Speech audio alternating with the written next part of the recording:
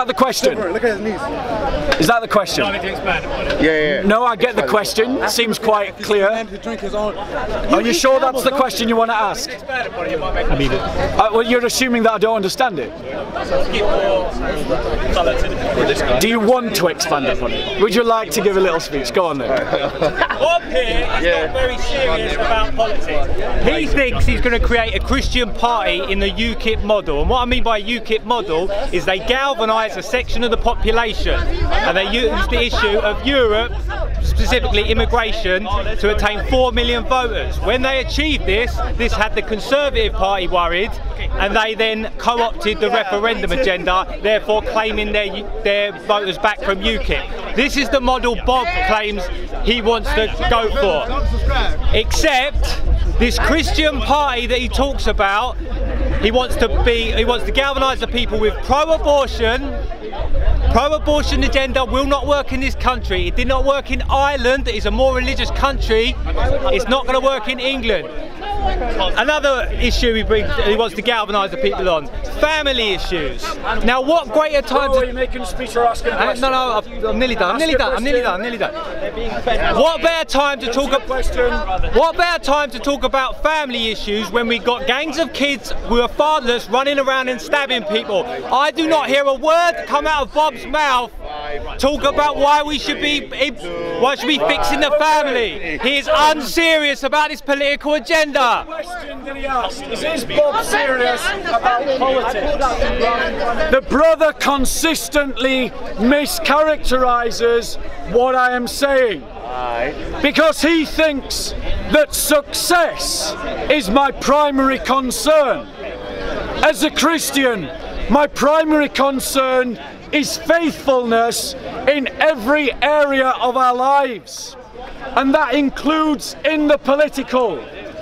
As Christians, according to this, according to what we read in Corinthians, we cannot share with those who walk in darkness. Do not be bound together with unbelievers. For what partnership have righteousness and lawlessness, or fellowship has light with darkness? Or what harmony has Christ with Belial? Or what has a believer in common with an unbeliever? We Christians cannot form political alliances with socialists, with nationalists, with conservatives, or with UKIP. We Christians must galvanise ourselves to our own political agenda, to proclaim Christ as King and to stand up for those things that are important to God, such as family, such as the defence of the dignity of life, such as protecting our brothers and sisters.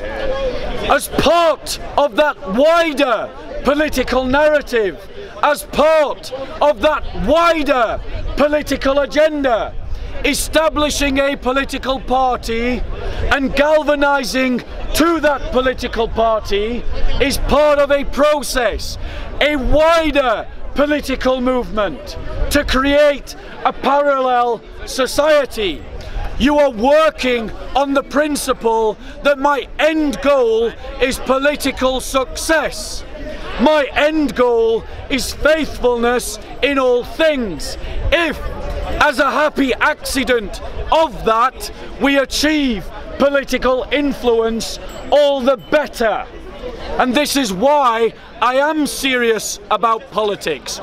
So serious that I speak about it nearly every Sunday. You talk about theology. So, what better time in this country is there to talk about family issues? Because that doesn't only galvanise Christians, that can galvanise many other people who are unhappy about kids going around stabbing. Do you want to have a debate? We can do. Right, come here. Come here. Okay. So, let's define the question that we're going to talk about, and then we'll debate it.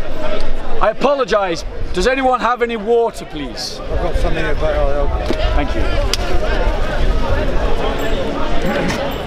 Thank you. So, what's the question should we debate? Whether a Christian politics is realistic? No, whether you are serious about it. I don't think you are. The UKIP model that I apparently put upon you is the one you proposed. Brother, the one you proposed last week. The question has to be something that everyone can relate to, not a personal. Which is why I had to add some colour. So let's talk about whether a Christian politic, as I've described, is realistic. That's essentially the same thing. You'll have the debate you want to have, but it's got to be a question that everyone can relate to. Okay, so we'll do. Has anyone got a timepiece so we can time it? I'll leave it out, Bob. You talk, I talk. We get through this. Don't worry about it. Let me ask. Firstly, let's establish where are you coming from on these questions? Why? Because it is important to know where the person I'm talking to comes from in terms of their by the end of this, you'll have an idea. What is your political agenda? What is your political I am part of no political party, no political movement. I've never voted with the exception of the referendum where I voted to leave, and that is the sum total of my political allegiance. Where would you say, broadly speaking, you are politically? I've no idea. Can we get? Does anyone want to hear about my politics? Nobody knows me, or do we want to hear about Bob? Come on, guys. Okay.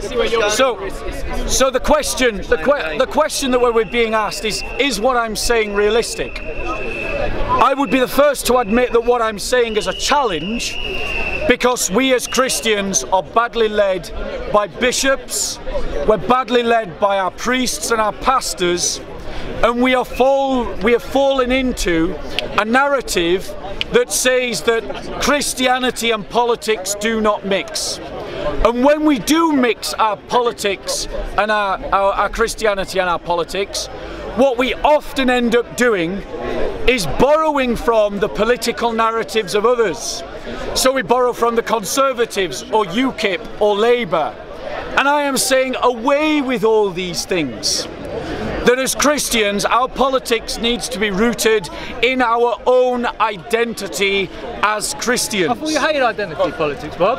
In fact, I've seen you down here arguing with Antifa, who are identitarians, and all of a sudden, no, you're wrong about your identity. We need a Christian identity. That is the whole. That last week. So he asked the question. I thought you're against identity politics. I hear you arguing with anti-fascista.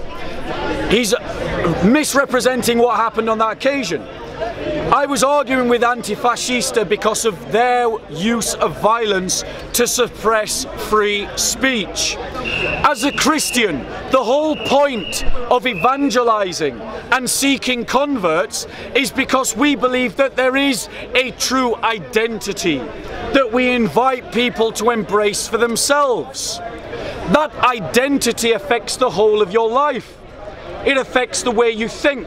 It affects what values you have, what priorities you have. It affects how you respond to things, how you react to things. You had your chance. It affects how you vote. It affects where you spend your money. It affects what you buy. It affects where you buy it. As Christians, all of these decisions are political. But we have at the moment in the church an incoherent political narrative because we're not basing it squarely upon our Christian identity, but basing it on a borrowing of other political narratives. So it's a challenge, not unrealistic. One of your agendas that you identified, not me, is the family. Yes. Why is it that you have not talked about the family and linked it, as politicians will have to do, to get people interested in their agenda that they're talking about? Why have you not linked it to gang violence, which we know is directly connected to the collapse of the family? Why is this not a great time for you to be talking about the collapse of the family and how Christianity is there to solve it? I do not hear this come out of your mouth any week. So let me address that question. You talk about how bad the Dawah team are, how we don't need Elizabeth's country. Talking about theology, never about politics. Shall I answer that question? About 5 minutes. Yeah. So let's be clear. This brother doesn't know everything that I've ever said, but he's speaking as if he does. I have. There is hours and hours of you on YouTube, Bob. Actually, did I interrupt you? And I am a regular. Did I interrupt you? I'm going to have to. So, I have spoke at length about the importance of the family. At length. And I'm quite happy to do it now. Current events? Why, I'm quite happy to do it now. Why have you not linked it to current events? Stop interrupting. I am quite happy to do it now. the value of the family, which I talked about just last week. Bob, you're evangelizing. The family is the primary structure of our society, and liberal narratives are undermining the family by redefining it, by not supporting it in their tax policies, by permitting its erosion through liberal laws on divorce, rather than strengthening the institution of the family, by making divorce harder, by making people think and reflect about what marriage is before they can legally marry, by supporting families through taxes, by supporting families through a whole host of laws. The reason why the family is important is because the family is the first line of your mental health, your welfare system. It is the first line of your benefit system. It's the first line of healthcare. It's the first line of policing. It's the first line of civil service. When we break down the family, we cast all of these problems onto the state, and then lo and behold, the state cannot find the money to meet the demand, because it cannot replace the millions of families that are needed to cohesively hold society together. However, the brother is saying, why do I not link these two things together? Let's be clear, unless you are basing your value system on something transcendent, of something not temporal, of something above the idea of human will, intelligence and opinion, then you have no basis upon which to say the family is the primary unit of society and the family is this definition. Let me ask you, since you brought up the family and you've asked me questions, I can ask you a question. On what basis do you argue that the family is the primary building structure of our society? For the reality that we live in. Not once has he mentioned gang, I just like that pointed out. The reality. Reality. What reality? We know the reality. We construct reality in a democracy. Yeah. The reality that gang violence is inextricably linked to the collapse of the family. Amen. Thank you. Not poverty then. The two things are linked. There's more than one cause. Poverty is directly linked. Poverty is linked to the breakdown of the family. Sorry, I beat it to the punch. No, sir. Yes, it is. Yes, it is. The reason, ladies and gentlemen. Bob, do you mind letting me speak? Thank you, Bob. Where was I? Discussing reality. You said, what's the basis? My basis for saying that the family is important is because the reality that we live in. 76% of men in prison grew up without fathers. 25% of them grew up in care. Amen. We know the collapse of the family is inextricably linked to gangs and gang violence and criminality and poverty. Amen. We know this. So now that in the media, regardless of what whether you think it's true or not, current events, they're talking about gangs and stabbings in this country. What a great opportunity for the evangelizing Christian to go on about family values, but I never hear him speak about it. I never hear him say that the reason we have gangs, we have kids stabbing each other in the streets is because they've abandoned Christianity and the family has collapsed. This man is politically inept. When he comes here and talks about Christian politics, it's embarrassing. So, brother, let's just deal with that point. He said, and I agree with him, that the family is at the root cause of things like gang violence and poverty. Undeniably so. I know from personal experience what it meant when my own family disintegrated as a child, and as a child I had to go out and ask the neighbours and the friends of my mother to help pay for our electricity meter. Why? Because my mother, God bless her soul, she was a good mother, but she couldn't be both mother and worker at the same time. Now, let's be clear. Let's be clear. Society would not have to be relearning these lessons if it had not abandoned the teaching of this book. This book teaches the importance of the family, so much so that God himself institutes that one of the commandments is that you should honour your mother and your father, which gives you both the definition of family, but it also gives you the principle that the family is something to be honoured. Society, following liberal atheistic narratives, and I suspect my interlocutor is an atheist, following those principles has decided that there is no authority greater than our own opinion. And collectively, this atheist society has given up on the family, and that is why it is seeing the fruit of its atheism. So, I did not hear any good reason, any authority, apart from the fruits of this abandonment of Christianity as the basis to value the family.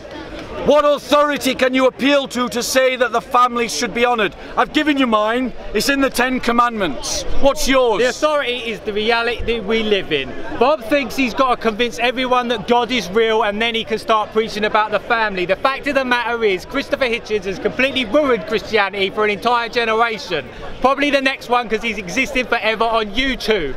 Jordan Peterson, who you may have heard of, never talks about the belief in God, will convert more men, women and children to Christianity than Bob ever will. Partly because more people listen. So Bob hasn't got the my point is, Bob works from the basis. Bob works from the basis that you must believe in this book. He's not going to get everyone to believe that make everyone believe that. So, not the book. brother, so the brother attacks me and he says, "Oh, but you're not converting anyone." The fact is, no, I'm saying you're going wrong, Bob. We have plenty of testimonies of people who have become Christians because of our work here at SoCo Films. I was speaking to one just this last week, an atheist who became a Christian. There are many people who are becoming Christians. The importance of putting a class into your speech. He talked about. You don't understand the importance of using current events for your agenda. He talked about how Christopher Hitchens had ruined Christianity for a generation. This is Christopher Hitchens, who would not debate William Lane Craig because he knew that his collection of characterizations, platitudes and stereotypes do not constitute a solid argument. And that's all that we're seeing here. The atheist is using characterization, stereotype and platitude to marshal an argument, not fact. You see, ladies and gentlemen, if you say there is no God, then you are saying there is no absolute reality, no truth outside of our perception, outside of our opinion. And if a society believes that, then it feels empowered to recreate society however it chooses. However, if you believe in God as the basis of your society, then your society will reflect the values of the God that you believe in. Muslims create caliphates that represent a God of power. Christians create societies that reflect a God of love, and atheists create a society that reflects a God of mammon in consumerism, in which the only purpose of the individual is to consume products and to define their existence by a series of temporal experiences. Because nobody ever swipes right. Sorry, I'm slightly confused. What is it you disagree on? You're not both talking saying that family is important in society. Yeah, but the thing is, I actually care about the family, and he's here to evangelise. You noticed how quickly the political discussion where we can have a thoughtful conversation was abandoned, and then he started to evangelise. Now that might be because the man is political inept. It might be because someone has asked him to come here and just preach Christianity and leave the politics to someone else. I don't know. So, the brother is talking. Why is it you refuse to use political tools for your own agenda? So, I as a Christian, and everyone here has heard me, have spoke clearly about a Christian political agenda. I've described it clearly. The brother is so politically inept in his understanding of politics that he only understands politics as being about democratic parties in a democratic system. So you want politics, revolution? Politics is a broader series of relationships than simply about political parties. Christians need to follow a Christian political narrative. So you don't want to operate in the realm of you want to talk about why we need God. I'm going to guess that you're white working class just like I am. So we can both speak realistically about white working class communities. Would you deny? I read the Bible every day, brother. So, brother, would you agree with me that amongst white working class communities there is a problem with alcohol abuse, a problem with substance abuse, and the breakdown of the family? Firstly, yes or no? Do you agree or disagree? Answer the question. Yes or no? Yes or no? The fact that I am white working class gives me no authority whatsoever on any issue. Judge me by the words that I say and the reason I give you for saying them, not on the colour of skin or the class that I belong to. So, the brother says he has no authority to speak on anything. I said my colour of skin and my class. Did he say I was politically inept? I thought he was no authority. I heard earlier calling for my in the conversation he was saying that he is a political authority to judge how politically inept or not inept the agenda that I've described is.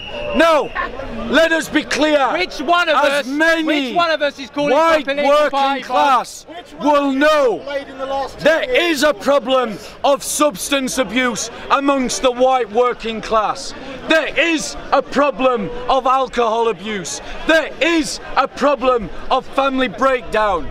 And it is all related to the fact that the white working classes were first influenced by Marxists to abandon their faith, and then when Marxism collapsed, they were left with nothing, no identity of their own at all.